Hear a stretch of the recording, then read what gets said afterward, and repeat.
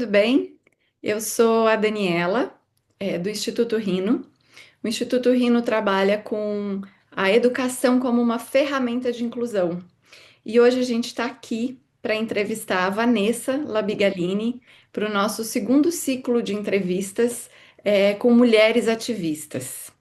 A Vanessa Labigalini é diretora do Instituto de Políticas Relacionais, uma organização social sem fins lucrativos, desde 2001, que atua desde 2001 em São Paulo, com direitos humanos, memória, projetos sociais, direitos indígenas, em parceria com a Embaixada da Noruega e com uma base metodológica do psicodrama. Hoje a gente vai conhecer a Vanessa e vai conversar um pouquinho com ela. Muito obrigada por aceitar o nosso convite, Vanessa. É um prazer estar aqui com você. E conta um pouquinho pra gente da sua trajetória no ativismo e da sua Eu que, experiência como ativista.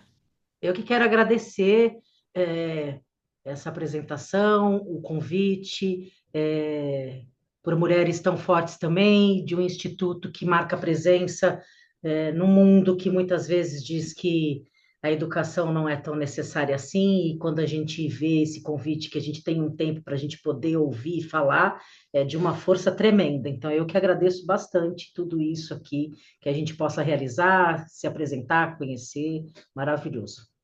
Eu que agradeço. Obrigada, é uma honra estar aqui com você hoje. Conta Ah, pra por gente isso. como é que começou essa história no ativismo. Sei lá, é uma pergunta bem genérica, mas eu nunca tinha visto que tinha essa perspectiva da minha vida, eu sei que eu sou ativa, proativa. É, porque minha mãe tem que ser as mulheres, né? A minha mãe, ela teve um histórico muito forte de pobreza na vida dela, e quando ela teve os três filhos dela, junto com o meu pai, ela não teve outra forma de educar a não ser falar dessa história social. Então a gente se apresentou para o mundo de uma forma que existe pobre, existe rico, existe acesso, existe não acesso. Ela tinha muita vontade de estudar, não conseguiu fazer essa história na vida por variadas razões. Uma que ela tinha que trabalhar com a mãe dela na faxina de escolas e tudo mais. E quando ela teve filho, a única força que ela tinha era: vocês vão estudar e tem que tirar boas notas, não que os três tenham feito isso, no caso eu, mas ela fez isso como mãe.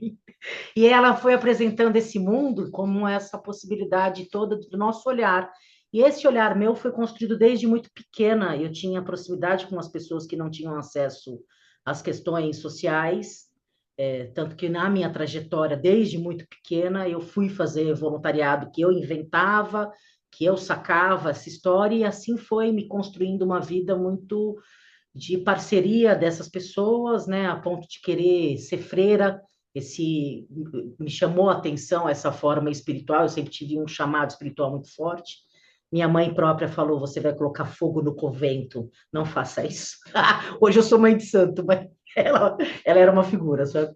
E aí ela marcou muito a minha trajetória, e assim eu fui construindo uma vida muito fincada nesse olhar de ponte, né? Fui fazer serviço social depois, e até hoje sou assistente social, de uma forma mais ampla. Então, foi assim, essa história da solidariedade que me movimentou desde sempre. Não sei se responde, é esquisita essas perguntas assim. Responde sim, mas eu quero saber mais. Eu quero saber como é que começou, o Banho para Geral, que é essa iniciativa Aham. tão linda. Conta pra gente, quem está nos ouvindo aqui, o que que é o Banho para Geral e como é que isso Uhum. começou. Então, dessa história inteira, eu sempre fui muito próximo das pessoas em situação de rua. Lá atrás, sempre admirei e fui inspirada pelo padre Júlio Lancelotti, e a gente foi fazer um trabalho voluntário na casa de oração, que eles estavam precisando de algumas pessoas que pudessem fazer uma festa de aniversário para as pessoas que iam rezar lá.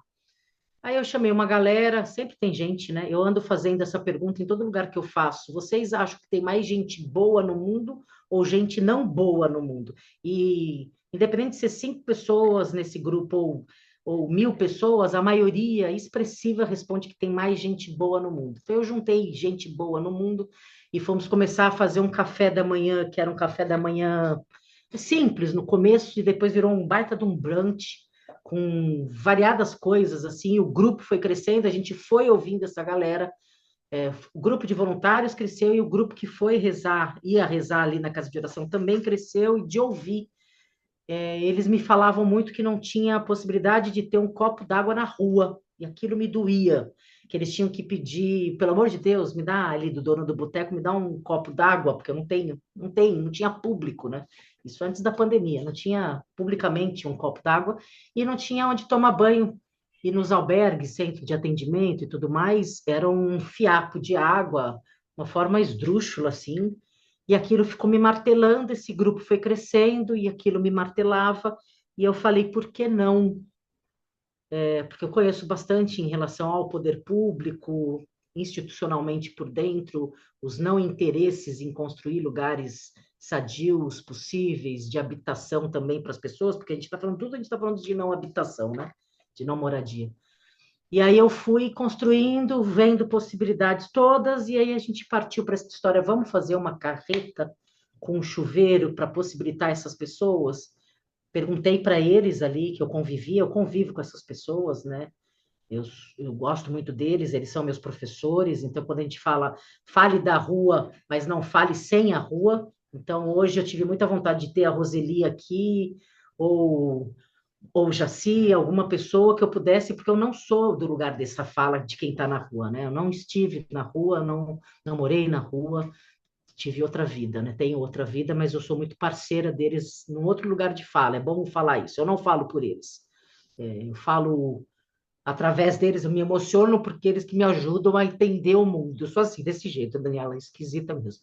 E aí eu fui perguntando para essas pessoas lá se fazia sentido ter uma carreta de banho com água quentinha, e eles, uau, eles ficavam fascinados com essa ideia, e a gente foi fazer, o Relacionais bancou, depois a gente entrou no Catarse. É para ir falando assim ou Por favor. porque não, senão não para, hein, Daniela, não Não, por para. favor, fala, queremos te ouvir. E aí a gente foi fazer é, a carreta aí, colocamos no Catarse. A gente vai fazer 6 anos agora em dezembro, né?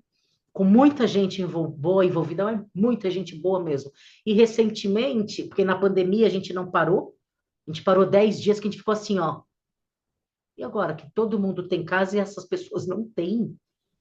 E a gente ficava maluca, a gente falava, mas como que a gente vai sair? Porque a gente não sabia nada com o governo totalmente desmantelado, né? Um desgoverno, essa história da vacina, então a gente estava, o que a gente conseguia era doação, mandava para casa de oração com o Padre Júlio, que o Padre Júlio maluco também saía com umas máscaras que parecia que ele estava no radioativo, tem umas fotos dele, a gente tem até um vídeo com ele, que a gente foi para Cracolândia, ele com umas, todo mundo falava não, porque ele tinha mais de 70 já, então encapa ele, porque ele não vai parar, ele não vai parar.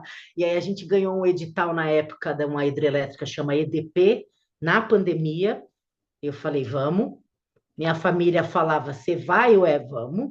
A gente põe a máscara aí, porque não tinha vacina naquela ocasião, vamos embora. Foi com a coragem mesmo, coragem, com bastante medo de falar, puta merda, porque tinha muita gente morrendo, muita gente morrendo. Aí o que a gente falou dos voluntários, que era acima de 60, vocês não vão. Então a gente colocou esses velhos para sossegar, acha a doação por telefone, mas vocês não vão. Pelo menos a gente segura os velhos, porque eram meus pais. Minha mãe já fez a passagem, mas meus pais iam para a rua, tudo doido, maluco, gente boa mesmo. Tinha muita gente de 60, a mais de 60, a gente falou, segura um pouco, e fomos. E aí a gente cresceu muito lá, cresceu muito de saber, com muito medo, arriscando mesmo, né? Não sei nem se a gente recomenda fazer, mas acho que essa resposta é a resposta do ativismo, assim, de a gente não vê, a gente tem que ir. Porque eu vi aquelas pessoas totalmente mais abandonadas do que elas estavam abandonadas, né? Que de alguma forma, mesmo as pessoas na ocupação, com 8 pessoas num dormitório, tinha ali alguma segurança, né, de comida, alguma forma elas se virariam. Agora, quem estava ali, que ninguém mais via, porque nunca viam mesmo, que é invisibilizados, a gente falou, nossa, aí quando a gente recebeu esse recurso da EDP, foram lá, umas 12 pessoas, a gente saía muitas vezes, agora eu vou lembrar quantas vezes, a gente saiu muitas vezes, acho que todos os fins de semana, sábado e domingo, e, e foi muito bom. E ali a gente teve bastante força de expressão E agora, recentemente, que a gente viralizou que o banho fez um alcance grande, né? E é interessante porque o banho já existia e agora as pessoas falam que começou a existir. Não, pessoal, desde dezembro de 2019 a gente está nessa correria aí. Mas legal que a galera está se aproximando, uma galera muito interessante, nova, mais velha, do Brasil inteiro, fora daqui, que choram com os vídeos. Os vídeos são legais por isso, porque se aproxima quem está fora do Brasil, fora de São Paulo. Aí a galera às vezes faz Pix recorrente de R$ 1, e eu falo, não tenho vergonha, é incrível, porque a gente sabe que vai ajudar esse um mais um mais um. É disso que estamos falando mesmo, né? É disso, eu acho, Daniela. Chega aí, não para de falar. Eu acho sim, eu acho que essa ajuda é muito, muito valiosa, com certeza. Achei muito bonito você falar das pessoas em situação de rua como professores, né? Eu concordo com você, eu acho que a gente tem muito que aprender uns com os Muito, outros e não tem nada a ver com educação formal, né? Eu acho que é essa experiência de vida que é tão difícil, né, no caso dessas pessoas, mas que ensina tanto sobre resiliência, sobre humildade, né? E tantas muito, outras coisas que a gente aprende. muito mesmo. Eles Legal que vocês ensinam muito. fizeram isso. E ainda mais nesse momento que estava todo mundo tão desesperado, tão assustado, né? Pelo menos ali um Muito. banho quente para dar um... Eles choravam. Imagino. Quando a gente chegava com a carreta, eles choravam. É, Choravam. Eu falava assim, eita. Ele falou assim, mas ninguém está chegando aqui. Vocês são malucos? A gente falava, somos. é. Somos. É, mas era isso. Tem gente que chora até hoje, falando, nossa, tá uma friaca aqui, vocês vêm aqui, vocês largam a família de vocês. A gente, sim. Então, a gente já tem essa... Muitos, né, voluntários têm essa força motriz de se nutrir também com a nutrição do outro, né? Isso que é a solidariedade, né? É, é. Não, os vídeos são emocionantes na página de vocês. É muito legal, assim, de poder ver e ver a diferença que isso faz na vida das pessoas, né? Às vezes a gente simplesmente acha normal só um banho. Gente, um banho para quem não tem um banho é muita coisa, né? É muita coisa do cuidado quando corta o cabelo, né? É, Quando vai à podóloga, ela é formada em X coisas assim de podologia, uns pés tudo detonado de andar, de andar, de andar, de andar, de andar. Quando ela pega no pé deles, chora, uhum, chora. Eu quase nem fico muito perto quando eu tô lá, chora, eles choram, uhum, porque é emocionante de alguém estar cuidando de alguém que foi esquecido, né? E tem um depoimento bonito de um cara de Fortaleza, quando a gente fazia do voluntariado no Itaú. Ele estava contando, ele já estava numa história de morar numa pensão, ele conseguiu largar o crack, que é muito difícil, ele conseguiu dar uma outra forma de vida para ele, que é muito difícil sair. E ele falava que quando ele estava na rua, tudo estrupiado, sujo, acabado, uma mulher chegou lá do nada e falou assim para ele: Eu posso te dar um abraço? Ele falou: Meu Deus, como é que eu posso dar um abraço nessa mulher? Que aí, para ele, foi o clique dele falar: Eu não posso estar desse jeito para dar abraço em alguém. E uhum, aí foi olha, é o simples. E é, ela tinha uma mulher que era assistente social, que a Isabel, ela já faleceu, que ela era incrível. Ela ia na Cracolândia, no pico da Cracolândia, que agora o Ricardo Nunes está falando que acabou a Cracolândia, né? O Tarcísio, tudo fascista, né? Ela ia lá, Daniela, ela tinha 1,60 m no máximo. Ela parava no meio da Cracolândia à noite, tipo 10 horas da noite, 11 horas da noite, no pico. Ela fazia assim, vim dar abraço. A galera fazia fila para dar um abraço. nossa, nossa, Ela tinha que ser entrevistada, ela faleceu. Era incrível. Um hum, abraço, a reconstrução de um abraço, do toque, sem a sedução, sem o afeto, o o afeto, afeto, o hum, afeto, porque a rua arruaça a galera, né?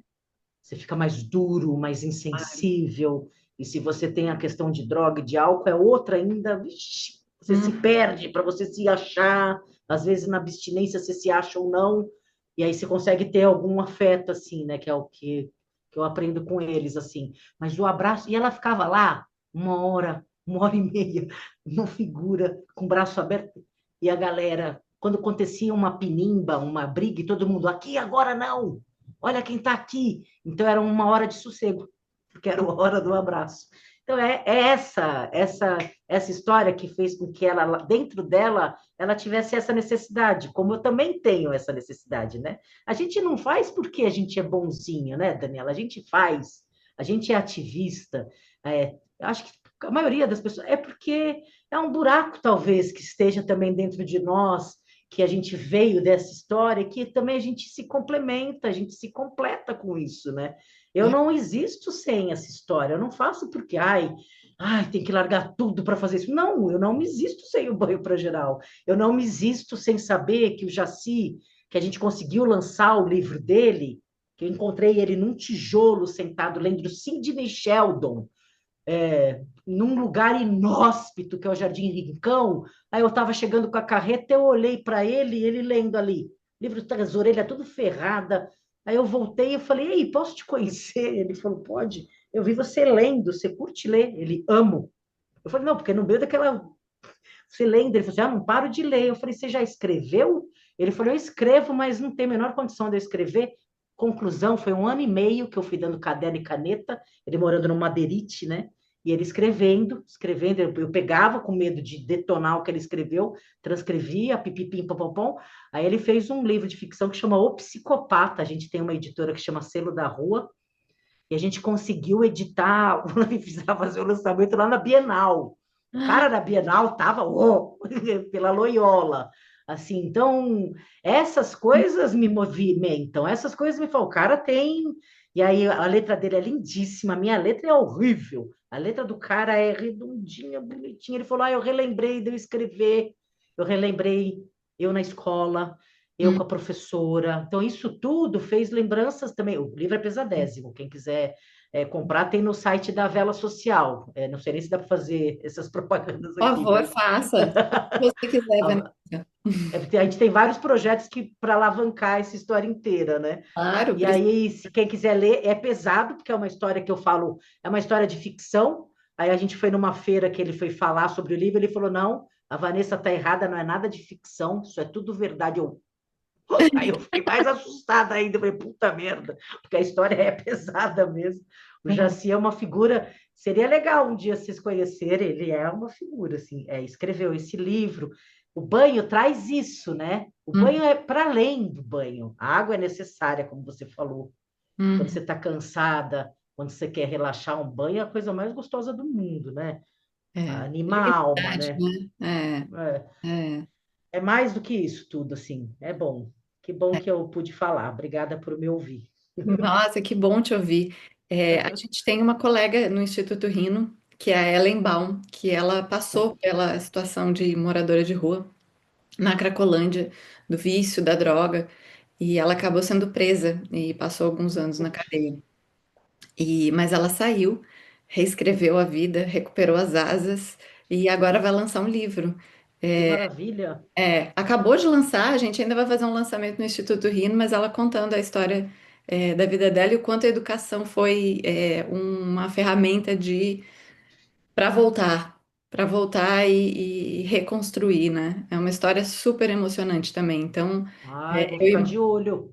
eu imagino, vou mandar para você o convite quando ela Eba, quero. fizer o Que lançamento. legal, que legal. Conta pra gente um pouquinho do que você considera que foram as principais dificuldades encontradas ao longo da sua trajetória como ativista. Um pouco do propósito desse ciclo de entrevistas é estimular outras pessoas, outras mulheres, Hum, jovens, que também têm essa vontade, que escutam esse chamado, como você falou, porque eu acho que você está falando de um chamado, né? Quando a gente sim. faz só porque quer, mas é porque o nosso desejo está ali. É. Para que essas pessoas saibam também um pouco como é que é essa realidade, as dificuldades, o que elas vão encontrar nesse caminho. Quais foram para você as principais dificuldades? Pensando aqui. É, putz, eu acho que eu nunca pensei nas dificuldades. O que eu acho é que tem que ir fazendo. E talvez eu tenha tido dificuldade de, por exemplo, quando aconteceu a pandemia, de qual é o próximo passo, e as pessoas esperam de você um passo firme. Uhum, Eu queria estar muito do lado certo da história, então eu uhum, acho que é um pouco isso. As dificuldades são essas de eu estou sabendo ler a conjuntura política, social, eu estou sabendo me aliar direito às pessoas, porque Uhum. talvez uma das dificuldades é quem chega junto e você ingenuamente entende alguma coisa e não é. Algumas dificuldades dessas eu tive, mas agora acho que vai ficando mais com o tempo, né? A maturidade vai nos dando, a menopausa vai chegando, e aí a gente vai tendo mais sagacidade de algumas coisas. Mas eu tive isso de. Mas eu não tive muitas dificuldades. O que eu acho que as pessoas precisam, de fato, é se o chamado veio, segue. Tem muita gente que inspira, então não faça sozinho, não acho que você inventou a roda, né? O mundo, esse mundo da solidariedade é um mundo genial, as pessoas são incríveis. Tem um lado que é que gosta muito de ganhar dinheiro com a pobreza. Gosto muito do Sérgio Bianchi, que ele escreveu o livro, ele fez o filme Quanto Vale ou É por Quilo, que é Uhum. genial, o quanto que a galera lucra com a pobreza, né? É. E o quanto que eu tive dificuldade, lembrando agora, de juntar todas as carretas que existem para a gente poder mapear esse trabalho e não replicar. Tinha Uhum. um cara na Praça da Sé que estava dormindo numa uma barraca e ele colocou uma placa do lado de fora assim: já comi, já bebi, obrigado, eu quero dormir, porque muitos voluntários chegavam lá de 5 em 5 minutos e batiam ali para dar a mesma coisa. Essa é a grande verdade. E se a gente tivesse, não no meu sonho, se a gente tivesse uma organização geral, com todo mundo geral, a gente poderia replicar mais, forçar mais a política pública e tudo mais, isso há um tempo atrás. Uhum. Não consegui, porque eu senti uma coisa muito de você estar lidando com o meu pobrinho. Aí eu entendi. Meu lado é outro. E Uhum. aí, marcadamente, sim, tem olhares diferentes por tudo, né? Por políticas públicas, quem que você se alia, tem galera que se alia a quem eu não quero aliar e tudo mais. Eu acho que a grande dificuldade foi essa, que aí eu soltei qualquer questão de fazer coletivamente mais do que eu faço em relação ao banho com outros coletivos, isso não deu certo, até hoje não deu, mas também já desisti desse caminho, mas foi a grande dificuldade de perceber o quanto que as pessoas se fecham também nos próprios mundos, e também é, não sei se para mostrar que faz, não sei, mas algo ali que eu tive dificuldade. E a Uhum. grande questão é a dificuldade de que a pessoa se engaje mesmo, né? Que a pessoa tenha a disciplina de entender que ela está vinculada a uma pessoa que ela é vulnerável e também vulnerável afetivamente. Então, a Uhum. galera às vezes acha que beleza ir lá e somente entregar ou uma comida ou uma roupa, que é o que eu falo, a grande importância do banho é você se mostrar, é Uhum. você fazer a relação. Uhum. E a pessoa é para além da rua. Isso é a grande dificuldade, eu acho, das pessoas terem essa aproximação. Uhum. Então, muita gente tem muita curiosidade de que por que você está na rua, que eu fico brincando, é a mesma coisa que você me ver e perguntar por que que você é gorda. Eu sou para além disso. A pessoa é para além daquela situação, daquele, daquele momentâneo, né? Então, o que eu sempre ensino, a gente está fazendo agora hoje, o último módulo do curso que a gente está formando novos voluntários do banho depois que deu esse boom na internet, né? Para passar esses conceitos, que a importância é você se vincular ali, se mostrar, ouvir, essa escutativa é muito importante, né? Uhum. Mas eu sinto que é mais difícil. A gente tem um grupo de 200 pessoas no WhatsApp e não são todas as pessoas que nem respondem às ações, mas elas querem falar que é voluntária do banho. Uhum. Mas não está se engajando de verdade. Eu Uhum. acho que a maior dificuldade que eu tenho agora é de entender, e eu estou no grupo, e eu sou uma pessoa chata, né? E eu escrevo lá, pessoal, uma coisa que me intriga, tem 202 pessoas no WhatsApp. Por que não são as 200 pessoas que respondem Uhum. a enquete ou a conversa? E aí as pessoas já, no privado falam assim para mim muitas vezes, Mas, Vanessa, muitas vezes as pessoas estão no grupo, mas não falam nada. Eu falei, gente, mas como que você pode estar no grupo, na vida, no mundo, se você não está? Uhum. Aí as pessoas falam, mas as pessoas são assim. Isso é a maior dificuldade de eu entender. Me intriga muito. Eu tenho vontade de fazer mestrado, estudar sobre isso. Juro, eu fico louca. A Dani, que é a minha sócia de sem fins lucrativos, que é assim que a gente se chama, ela Ah, morre de rir. Vani, ela me chama de Vani, não se preocupa com isso. Eu falo, pois é, eu me preocupo com isso, desse engajamento, que parece uma coisa muito para fora e não de fato, né? Isso me intriga mesmo. uhum. Eu entendo. Eu queria comentar uma coisa. Você falou do Quanto Vale o É por Quilo, né? Um filme fantástico. Acho que vale muito a pena assistir. No nosso último encontro, a gente faz um encontro de formação de condutores, porque a gente tem os grupos de estudos no Instituto Rino e a gente não se chama de professores, nós somos condutores porque a gente aprende Ah, com os outros. que legal. E aí, na última formação, o Álvaro, que é o diretor da nossa ONG e idealizador do Instituto Rino, ele propôs justamente esse filme. Ele propôs que todos Ah, assistissem, para a gente discutir e debater. Foi bem, bem interessante. ai, que ótimo. É maravilhoso, porque é um filme de muito tempo atrás, né? Acho que talvez 30 anos, não sei. Ai, É, que legal, o Álvaro, hein? Adorei. muito atual, né? Muito atual Hum, ainda. Acho que tem isso que você falou. muito. Infelizmente, muito atual. É. Você já falou um pouquinho aqui dos desafios políticos também nas entrelinhas, mas você poderia pontuar assim coisas mais específicas desses desafios políticos na sua área de atuação? É, quando não tem política pública eficaz, é muito difícil, né? Quando você pensa que é um projeto de desqualificar, que é um projeto de desmerecer, que esse plano diretor dessa prefeitura do Ricardo Nunes, ele veio para Faria Limers, veio Hum, reforçar quem tem grana e grande mercado, né? Toda essa história junto com o Tarciso, que desde a Cracolândia, quando ela na Gênese, a gente ouvia falar numa nova Dubai. Hoje não se fala mais em Nova Dubai, mas já era um despontar de empreendimentos imobiliários que estavam ali interessados para poder fazer o que ele está querendo dizer agora desses Campos Elíseos, que ele quer fazer essa nova, novo, que nem fosse o Bandeirantes, mas eu esqueci o nome do governador ali, hum, a nova morada do governo, né? E que seja ali bonito, e que chamou arquiteto, e dali daquelas pessoas, de uma hora para outra, elas saíram sem nenhum.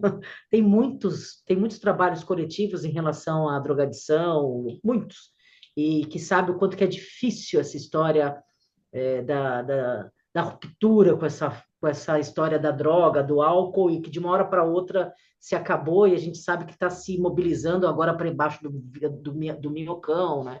E a hum, gente sabe hoje que tem 100 mil pessoas em situação de rua, e quando a gente fez a história junto com a Marta Suplicy, que ela era prefeita na ocasião, em 2000, tinham 10 mil pessoas na rua. Então, a gente já sabe que é um projeto de desmantelamento e de crescimento da pobreza, como, uhum, como disse o Ombembe, que é a necropolítica, né? Então, isso tudo é mais do mesmo, mas com o mesmo, muito com requinte de perversidade, com um projeto muito de que não vão lidar com essas pessoas, então elas que sejam de fato colocadas à margem e que a gente não precise ver e que morram. De fato, é a necropolítica, né? Então, uhum, isso tudo, ainda bem que em vez de desanimar, nos faz seguir, porque depois de um tempo e que eu estou nessas histórias já há muito tempo, né?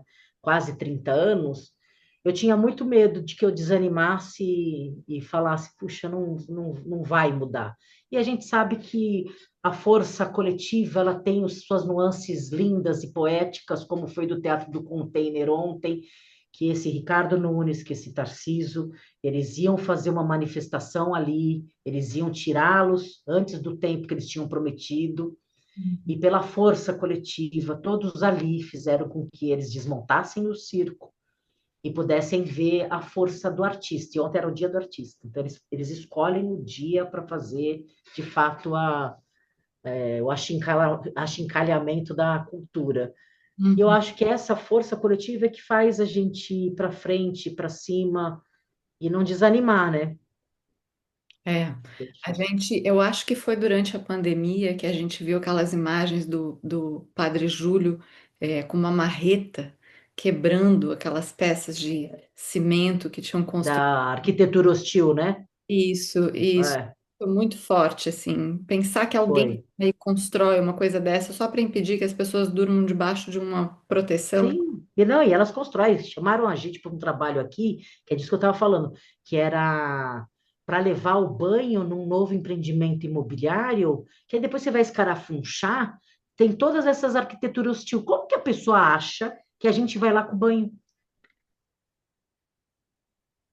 Eu fico pensando, aonde que eu errei? Olha como eu fico pensando, onde que eu errei da pessoa pensar que eu vou poder aceitar um negócio desse? Aí foi fazer a reunião, aí eu não sou muito educada nessas horas. Eu falo, pessoal, vamos ter menor condição de, É. tá? Então, essas questões são, e tá, com esse plano diretor do Ricardo Nunes, assim, tá que tá. A coisa tá feia, tá bem feia mesmo. Só Não tá com uma piora, né? perspectiva, tá pior, Só piora. só piora. Não tá bom, não. Não Porque a tá gente bom, está não. vendo piorar, não é de agora, né? Mas E é, parecia que ia acabar, né? Que para dali não vai piorar. Não, eles conseguem piorar mesmo. É, é horrível, né? E um vice-prefeito também muito fascista. Então é ruim. E pior que assim, as pessoas votam nessas pessoas e as pessoas que votam nessas pessoas, na hora que vê a construção desse projeto, que fala, nossa, mas eu não votei para isso. Mas aonde que você não tinha entendido que não era isso, né? Então, a gente falta uma educação que é essa, para além do formal, que é de formação de base, que é o que a gente fazia de formação política. E formação política é conversa, é conversa. é paciência histórica de falar que não foi terra à vista, que já tinha um povo originário aqui, que a gente tem que reconstruir essas narrativas. Isso precisa ter condutores do Rino com muita paciência e professores formais que sejam aqueles Dom Quixotes, porque o que eles recebem até hoje, monetariamente e de reconhecimento, é só para quem tem um chamado mesmo. Porque, olha, e aí eu acho que é isso, que a gente tem que juntar esses gente boas, condutores, professores, sábios da rua, para poder fazer formação política e de narrativas que mostrem que, de fato, fato, foi a história desse país para a gente não poder mais detonar, né? A gente já está chegando naquele limite ambiental que a gente não tem mais para onde descer, que a gente já está naquele limite que os nós seres humanos fizemos, que ainda as pessoas falam que o problema é da tia Zulmira que fica com a mangueira dela ligada e não com essas grandes corporações jogando água e detritos e detonando tudo, né? Mas eu acho que a gente vai precisar juntar todo mundo e falar, condutores univos, a gente precisa de gente para educar com paciência essa narrativa. E uma educação para a cidadania, né? Para a gente entender qual é o Sim, nosso papel como cidadãos e o que que a gente pode fazer para é mudar isso. essa realidade, né? Que é isso que o Relacionais faz, né? A minha mestra, mãe da Dani, que é a Marisa, que trouxe o psicodrama para o Brasil, é, que ela ensinava dessa forma aí, junto com Paulo Freire, nessa história de ouvir a partir da realidade de cada um, a gente vai ter que ter esse aditivo, mais uma vez, de mãos à obra e vamos seguir, vamos conversar com essa nova geração. Essa meninada de até 3 anos, eles são incríveis. Eles são incríveis. Então, eles vieram com uma perspectiva muito interessante. Eles não têm essa sexualidade fechada, eles são fluidos, eles são abertos. Então, a minha esperança, expectativa está neles, de verdade. É. Não, e é isso, a gente precisa de mais Paulo Freire, né? E menos Brasil Paralelo, Sem dúvida. né? Que faz aquelas coisas horripilantes, assim, mas Horripilantes. que tem um apelo e que tem gente assistindo e achando que está se educando. É uma das empresas que mais gasta com propaganda, no Google e nas redes sociais para divulgar aquele tipo de conteúdo. Quando eu Pois é. eles tinham feito um documentário inteiro para xingar Paulo Freire, como se Paulo Freire fosse o culpado pela situação educacional do Brasil. Se a gente tivesse tido Paulo Freire no nosso país, a gente estaria em outro lugar, né? Menor dúvida. Ele teve que sair porque foi perseguido e Sim, é considerado um dos maiores pensadores do mundo em todos os outros lugares. Tem estátua dele aqui nos pátios das universidades aqui na Europa, né? porque as pessoas sabem valorizar. Sabe valorizar. A ativista que a gente entrevistou aqui é Kushi Kabir, de Bangladesh. Era uma leitora de Paulo Freire, conta o tanto que Paulo Freire influenciou a vida e o ativismo dela. Foi bem legal. Daqui a pouco Que a entrevista maravilha, dela vai estar lá no nosso canal também. maravilhoso. Bom, você já falou um pouquinho aqui, né? Era a próxima pergunta para falar do papel da educação no ativismo contemporâneo. Você já começou a falar, se quiser falar mais um pouquinho, na sua opinião, o que que você acha que precisa? A gente precisa, a gente precisa ouvir os mais velhos, os mais sábios. A gente precisa ouvir. Eu acho que a grande educação é essa, de ouvir, de saber quem tem a história. A gente precisa aprender essas narrativas da história do Brasil através dos pretos, através dos pobres, através de quem faz esse país acontecer, através dos indígenas. A gente tem que ter esse olhar para quem faz essa história, né? Uhum. E o Brasil é um Brasil da exclusão, é um Brasil feito por pessoas que fizeram tijolo a tijolo, né? Então, eu acho que a gente tem que reconstruir através dessa educação mesmo, a formal, a informal, ao que seja, escutativa mesmo, né? A educação do diálogo, né? Vamos se escutar e vamos aprender uns com os outros. Total, É. muito importante, muito, muito importante. E como é que você percebe? Eu vi na conta de vocês lá no Banho da Geral, vocês têm muitos seguidores. Como é que você percebe o papel da tecnologia nesse ativismo contemporâneo? Que é o Olha, é que tem. fundamental, Né? fundamental. E a gente tem muito cuidado de responder um por um. Muita gente nessa história da solidariedade, da ajuda, uma galera, quando eu comecei a fazer, eu sempre fui a pessoa que fazia as fotos e tirei vídeos, desde o começo. E desde o que eu faço, eu sou uma pessoa que eu me registro por foto, né? Tanto que eu lembro dos meus diários com as fotos do que eu fazia. Então, para mim, não só a escrita, mas as fotos me lembram aquela ocasião. Eu já sou assim. E quando foi a história das solidariedades em geral, de entregar marmita, eu sempre tirei foto. E tinha uma galera que recriminava muito, porque tem uma parte cristã que fala fazer a quem sem olhar a quem. Sei lá, tem uma frase que eu esqueço sempre, que é: não pode ficar mostrando o que você faz. Eu falo, quê? Eu não só mostro, não só faço, como mostro e acho que tem que mostrar sim. E agora, se vai achar que eu sou aparecida, eu Hum. não estou nem aí, eu não estou nem aí. Se a pessoa, lógico, vai fazer para mostrar, a intenção dela, o problema é dela. O que eu acho, assim, que a gente mudou no banho, educando mesmo os voluntários, você não é o foco. E quem é o foco é quem foi tomar banho e ele precisa de uma autorização. Tanto que a gente tem um grupo que a gente pede antes, fala seu nome se você está autorizando a estar aqui, tarará. Então a gente sempre faz essa história de que não é só porque a pessoa está vulnerável que ela está aí, a galera às vezes oferece uma comida, a pessoa não quer, nossa, mas não está com fome, ué, a pessoa não pode não ser celíaca, não pode, na rua, então tem que comer tudo. Então, esse tudo a gente vai conversando. E a tecnologia fez com que essas pessoas que não.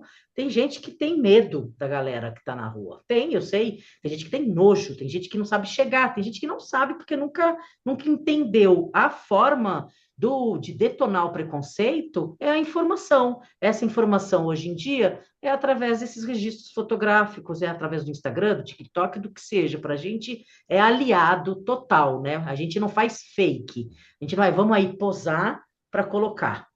Se as Uhum. pessoas fazem ou não, sei lá, não estou nem querendo nem entrar em consideração a isso, porque esse é um outro mundo. Mas o nosso mundo aqui nos possibilitou que 247 mil pessoas seguissem o banho, pouquíssimos haters, mas muito pouco. Meu irmão que cuida das redes sociais hoje, porque ele é dedicado a isso, porque todos os comentários são respondidos, todos os directs são respondidos. Meu irmão é de uma docilidade, assim, meu irmão ele é incrível, ele se dedica para para fazer essa história acontecer do jeito que a gente é, e não da correria que é o tempo. Então, a pessoa parou, ela sentou. A Rita Von Hunt, antes de ontem, ela publicou no stories dela.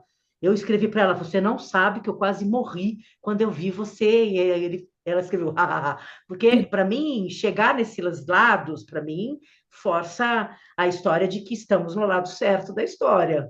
Então, eu Claro. acho lindo quando chega. Tem uma galera que escreve muito pouco, de umas formas absurdas, que já vem ali um montão de gente. Ah, mas o que você está fazendo? Está julgando e não sei o quê. Então, criou-se uma rede bonita e importante de gente que ajuda mesmo. Então, para mim, é aliada, né? A tecnologia é muito, muito importante. Muito. Nossa, que legal. É muito bom ouvir, ouvir isso, assim, de quando a tecnologia funciona, de quando ela é usada para o bem, porque a gente também está vendo essa mesma tecnologia polarizando, transformando a nossa política numa coisa horrenda, né? É tanta Nossa, desinformação, é tanto ódio. é horrível. Mas é isso, a gente precisa ocupar esse espaço com um Sim, ativismo digital de qualidade, com mostrando histórias que valem a pena ser contadas, né? E que tem. orgulho ter uma educadora como a Rita Von Hunt. Nossa, maravilhoso, Não, adoro. não consigo nem falar direito. Quando colocou, eu vi, eu fui, gente, não é possível. Tem uma galera Muito assim que, maravilhosa. se eu for lembrar, tem umas pessoas que chegaram assim, achei incrível, achei bonito. E ela colocou numa cena que foi polêmica, porque era uma menina que estava indo tomar banho, que estava grávida, fumando. A galera, foi um foco de hater foi essa cena. E a voluntária é uma graça. Os voluntários do banho são incríveis, como eles são doces, assim, é emocionante de ver. É emocionante de ver. E ela falava assim: aí, como que vai ser o nome? É, vai ser meninão? Sei lá, o jeito da Maria Carolina Bianco falar foi incrível. Isso emocionou as pessoas. E aí que teve, lógico, a galera chatésima escrevendo, ah, mas porque ela tá fumando e tá grávida, e assim, e aí ela pega, a Rita, ela deve ter visto outros. Ela pega esse e coloca no stories dela, falando, curta e ajude o banho para geral. Lógico, tem que ser bem no mais polêmico. É, Adorei. ela é maravilhosa. Ela é maravilhosa. É. Deixa eu ver o que mais eu tenho aqui para perguntar para você. É, que eu não paro de falar também, né, Daniela? Meu Deus. Ah, eu tô adorando, Vanessa. Quero conversar mais. Quero, quero É, sentar com não, você para a gente conversar por horas. coisa linda. Quais as perspectivas, e os desafios do ativismo para o futuro? O que que você acha que está aí quando você olha para frente? Que você acha que são as perspectivas? Sobre o banho, eu sempre falo que o meu desejo é que ele não exista. É um projeto que ele nasce para acabar. É isso que eu queria que. Porque se é, ele vai para sexto ano e só temos a noção de que vai crescer. Hum, Porque está a questão da pobreza, do não cuidado, a gente não sabe em 2026 o que vai virar essa questão política partidária, o que vai. uhum, Então, Eu, eu sou muito esperançosa no sentido da construção de políticas públicas e que o banho vire uma política pública de fato, uhum, que tenha uma praça da cidadania, que é o que a gente tem como perspectiva, que é uma possibilidade das pessoas tirarem o seu documento de forma rápida, porque o Rapa vai lá e rouba os documentos das pessoas, que a gente possa ter uma história para ter um núcleo, né? A gente fala de Praça da Cidadania itinerante, é que a gente tenha isso em cada localidade de São Paulo, nos seus territórios, de uma forma organizada e que, de fato, a abordagem para essas pessoas seja encaminhar para uma habitação, né? Eu acho que o foco grande é habitação e trabalho que a gente precisa ter como foco para essas pessoas poderem ter uma perspectiva na vida, né? uhum. É, Mas eu sei que está muito nebuloso, está muito difícil. Enquanto isso, o que eu sei é que tem muita gente boa querendo fazer acontecer e que o banho pode ser que ele cresça para outros lugares do Brasil, que uhum, isso me preocupa, mas eu acho que isso é uma possibilidade, porque a gente já aprendeu a fazer e agora a gente está mais maduro para poder ensinar uhum, outras localidades a poder ter também essa forma de abordar, de conversar, de ouvir, que isso é um é um pingo no oásis, assim, é um oásis de saber que tem voluntários que podem ouvir, e por mais que eu ache que isso é muito pouco, pensando na política como um todo, eu comecei a me conformar um pouco mais velha de que isso é importante também. Claro, com certeza. É o É, pouquinho que a gente pode fazer, mas faz a diferença na vida das pessoas, né? sim. É. Vanessa, estamos chegando ao fim. Eu quero saber se tem mais alguma coisa que você gostaria de compartilhar com a gente, algo que É. você quer dizer. Ó, falei, cansei, né? Cansei você, né? Imagina, de jeito nenhum. É que a gente Ah, fica. Não, eu queria conversar mais, mas a gente tem que. A nossa meta é ficar em 40 minutos mais ou menos para as pessoas assistirem. A gente não quer editar, é, a gente quer colocar lá na íntegra para todo mundo assistir. eu só quero falar da Vela Social, que é esse projeto que a gente construiu, que a gente é doida maluca, que é uma fábrica que a gente faz velas de verdade. E se você quiser ajudar o banho também comprando a vela, você ajuda. Tem um site, velasocial.com.br. Maravilha. A proposta dela é que o lucro dela, que a gente não tem ainda, é poder ajudar o banho para geral e não ser esse enxuga gelo, que é complicado mesmo, ele custa caro, né? Um projeto que ele não é barato. E para manter ele mensalmente, com qualidade, com roupas de qualidade, precisa de dinheiro. E essa perspectiva da vela social é que daqui para frente a gente possa ter pessoas em situação de rua trabalhando lá. Então, isso é um projeto no futuro, por isso que, como eu não falei dela, eu quis Uhum. agora dizer para você que se gosta de vela, de decoração religiosa, a gente faz de tudo ali, para você poder conhecer, vai ajudar bastante o banho para geral também. E tem o Catarse, se você quiser ajudar, tem o Pix, se você quiser ajudar, se você quiser ser voluntário, entra lá no Instagram, que a gente vai abrir outros cursos, outra formação para você ser voluntário do banho para geral.